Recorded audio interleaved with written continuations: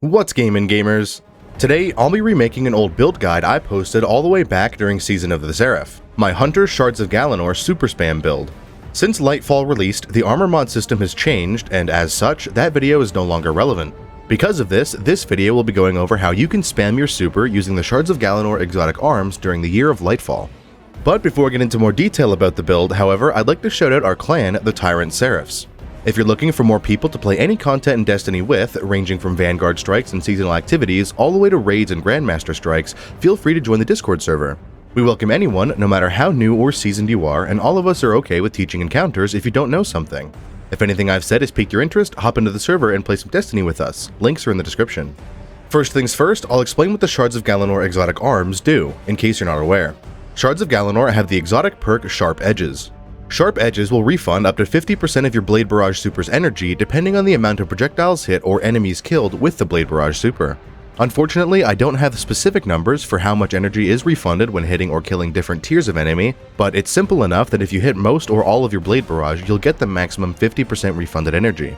Shards of Galanor will grant this build significant super spamming capabilities, and the rest of the build is designed with that as the primary goal as well. Now that you know what Shards of Galanor does, I'll get into the subclass setup that will help this build to spam supers as fast as possible. I'll put everything on screen first as a prescriptive setup, and once I've done that, I'll get into detail about what each specific element does as well as why I've chosen it. For the super, run Blade Barrage.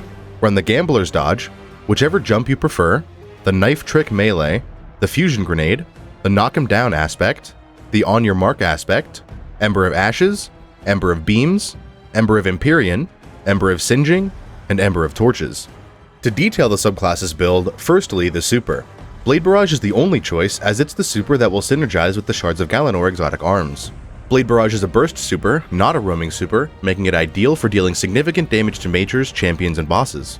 As it also releases multiple projectiles that all have their own tracking capabilities, Blade Barrage can be used to clear groups of adds very efficiently as well.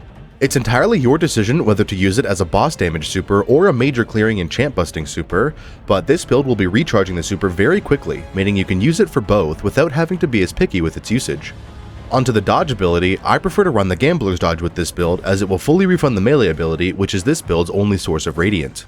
Gambler's Dodge has a longer cooldown than the Marksman's Dodge, but with the Ember of Singeing fragment, which I will talk about shortly, the longer cooldown doesn't matter very much. For the melee ability, I like to run the Knife Trick melee for its fast cooldown and ease of use. Knife Trick will throw a fan of 3 knives, each applying 20 scorch when hitting an enemy. Its scorching capabilities will help to refund the Gambler's Dodge faster and simply requires hitting an enemy with it, unlike the weighted throwing knife. The weighted throwing knife will fully refund your class ability instantly upon getting a precision kill with it, but it does require getting a precision kill. This can be tough to do in some situations, and I prefer the ease of use of the Knife Trick over the higher skill floor weighted throwing knife has. For the grenade, you can really run whichever grenade you want to. I lean towards the Fusion Grenade, as I've used it a lot on Warlock and I'm very used to the grenade. It also has the second shortest cooldown of all the grenades, meaning you'll be able to use it very often to proc armor mods that take advantage of grenade damage and subclass elements that take advantage of scorching enemies. The Firebolt Grenade does have a slightly shorter cooldown than the Fusion at 1 minute 4 seconds instead of the Fusion Grenade's 1 minute 13 seconds, but the Firebolt Grenade does less damage, and as such I prefer the Fusion Grenade over it. However, it is entirely your choice which grenade to run, and any of them will work very well for the purposes of this build, as this build doesn't rely on the grenade in any significant way. Onto the aspects, firstly, Knock 'em Down. Knock 'em Down will enhance your Blade Barrage super, causing it to throw 3 extra knives per volley, increasing the total knives thrown from 14 to 20. This is very nice for increasing Blade Barrage's overall damage, although I'm not actually sure how it affects Shards of Galanor. If Shards of Galanor requires a specific number of kills or a specific number of knives to hit enemies to grant the maximum refunded energy, then Knock 'em Down would be a great choice, as it increases the chances you would hit those thresholds to be refunded super energy. If, however, Shards of Galanor requires a specific percentage of knives to have hit enemies, then Knock 'em Down wouldn't increase your chances of being refunded super energy. My assumption is that it is a percentage requirement, and as such, Knock 'em Down won't affect Shards of Galanor in any meaningful way.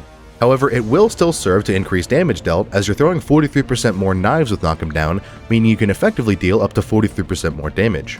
Knock 'em Down also affects your melee ability. If you kill an enemy with a powered melee attack while you're radiant, your melee ability will be fully refunded. With the Ember of Torches fragment equipped, hitting enemies with your melee ability will grant you radiant, thus, killing an enemy with your melee ability will always fully refund your melee ability. The second aspect is On Your Mark.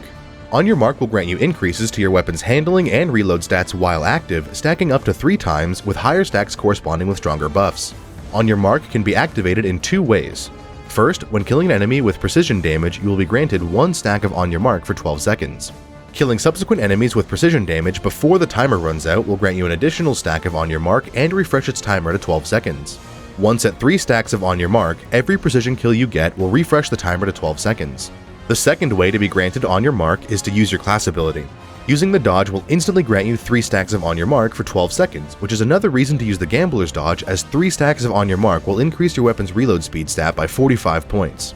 It isn't instant like the Marksman's dodge, but it significantly improves the reload stat of any weapon you hold, which is a nice bonus. The On Your Mark aspect is mostly chosen for its 3 fragment slots, but the buffs I've just mentioned are nice to have in addition to the extra fragment slot. On to the fragments, firstly Ember of Ashes. Ember of Ashes will increase the amount of Scorch stacks you apply to enemies by 50% rounded up. This means that if a source of Scorch would normally apply 7 stacks of Scorch to an enemy, with Ember of Ashes equipped, it will instead apply 11 Scorch stacks to that enemy.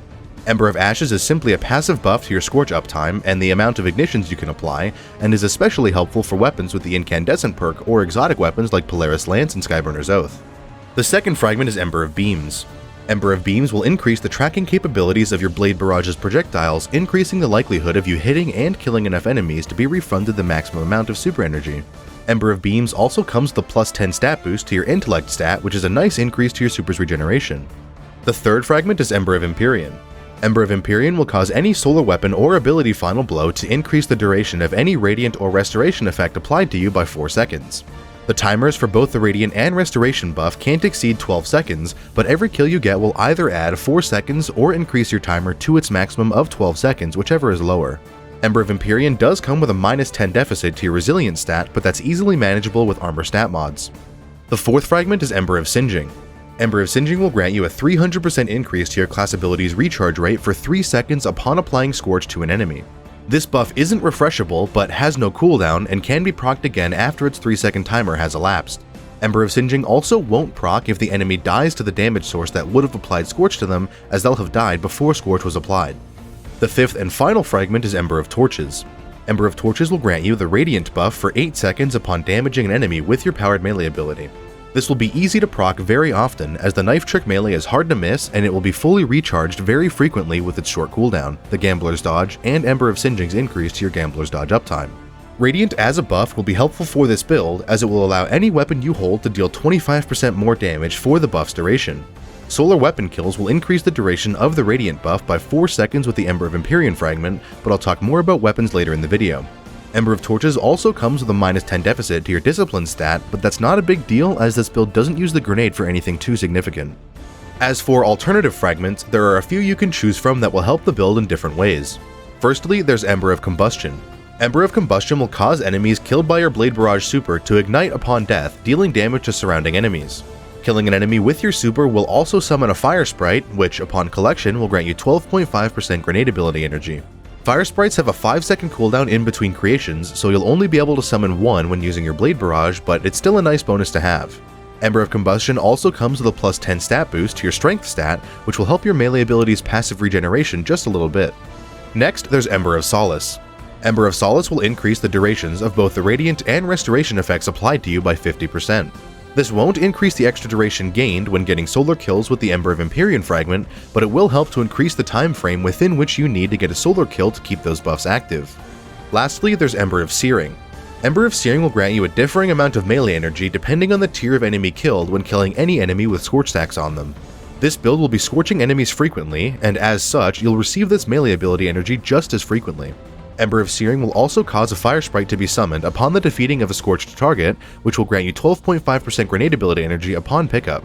As this fragment grants melee energy, if you do prefer to run the Marksman's dodge for its reloading capabilities, I could recommend this fragment to somewhat alleviate the loss in melee ability uptime. Ember of Searing also comes with a plus 10 stat boost to your recovery stat, which is a stat I personally don't focus into on most hunter builds, making it really nice for my armor build specifically. With the subclass build now out of the way, I'd normally go over the seasonal artifact, but as this season's mods have nothing that synergize with this build, or solar in general, I'll skip that and move straight into the armor build. To start with the armor build, I'll first get into my recommendations for stat distribution. In the top 3 stat grouping of Mobility, Resilience, and Recovery, spec into Resilience first and then Mobility and Recovery equally. Resilience will be the most important stat for this build as it grants you an additive 3% damage resistance per tier, which will help survivability significantly in higher difficulty content. Mobility will be less important as the 2 dodges already have low cooldowns. This build takes advantage of the Gambler's dodge, which does have a longer base cooldown than the Marksman's dodge, but a decent mobility stat paired with the Ember of Singeing Fragment will have your dodge up very often, making a high mobility stat somewhat pointless. Recovery is somewhat the same, although the argument could be made to spec into Recovery more so than Mobility. Recovery will decrease the time it takes for your health to start regenerating after having taken damage, as well as increasing the rate at which you regenerate your health. This makes it great for survivability, as you won't have to be in cover as long to fully regenerate your health. For the bottom 3 stat grouping of Discipline, Intellect, and Strength, spec into all 3 of them equally, with Discipline as the lowest priority. Discipline will simply lower the base cooldown of your grenade, which is helpful for your grenade's uptime, but the grenade doesn't do too much to further this build's super spamming capabilities. This makes the Discipline stat less important for this build, as you don't need your grenade up often enough to justify speccing into it. The Intellect stat is a very involved stat and is honestly one which I don't fully understand in all its intricacies. Suffice it to say, the higher your Intellect stat, the more often you'll have your super up, but too high and it's a waste of stats. For this build, tier 5 is about the maximum you should go for, but if you can get away with tier 6 without losing a tier in another stat, there's no harm in it.